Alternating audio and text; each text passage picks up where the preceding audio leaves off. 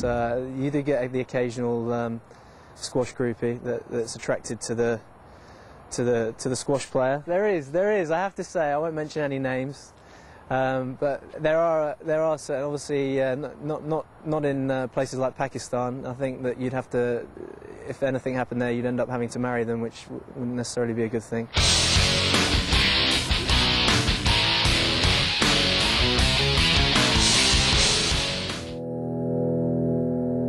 Hi, my name is Joey Barrington. I'm from London and I've been playing professional squash for 3 years.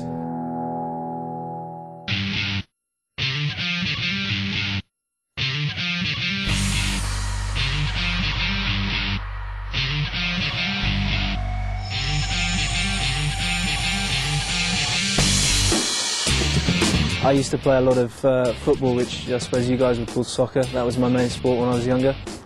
And I actually picked up squash when I was 19. The reason probably was because my father was very, very big into squash. He was kind of 6 times world champion.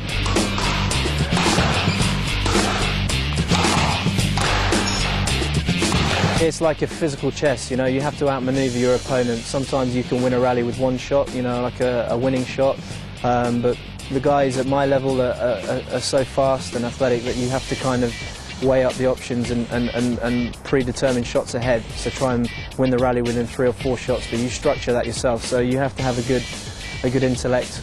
The ball's probably hit about, averagely probably about 150, 200 miles an hour. You're hitting the ball at different angles, so it can come off the wall at different speeds, and so you're having to react a lot. A lot of it's reacting to what's going on, so you have to have very good kind of reaction skills. You've got to be in serious shape, and some players, you know, they try and live both lives and have a good social time and play, and they get found out eventually, you know, they get found out. You've got to keep your cool, you know, because they're pretty strict with the refereeing. It's not like, I had a little look at the ice hockey over here, and they actually, you know, you can get your gloves off and get stuck in, and as much as some of us would like to do that at times, they would ban you, and they would probably fine you a huge amount of money, and you wouldn't be able to play for a while. So the guys have to keep it under wraps. There's been times when I've lost my rag and gone at my opponent a little bit, and at the referee as well.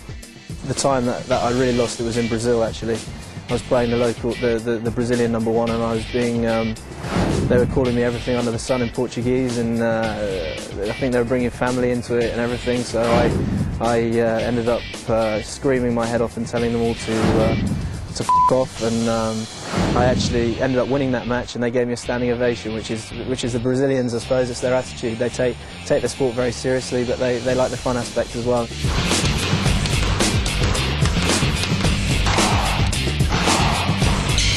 I want to get the most out of myself. You know, I committed now to doing this as my job, and it's not just my job, it's a way of life. Everything's geared towards playing squash. The way I sleep, I eat, you know, it's all in the back of my mind that, you know, this is for squash. It's a pretty wild personality to do this, to be boxed up in this small court with another guy very close to you, trying to flip in, you know, reduce you to a dribble of sweat. You've got to be quite a strange individual.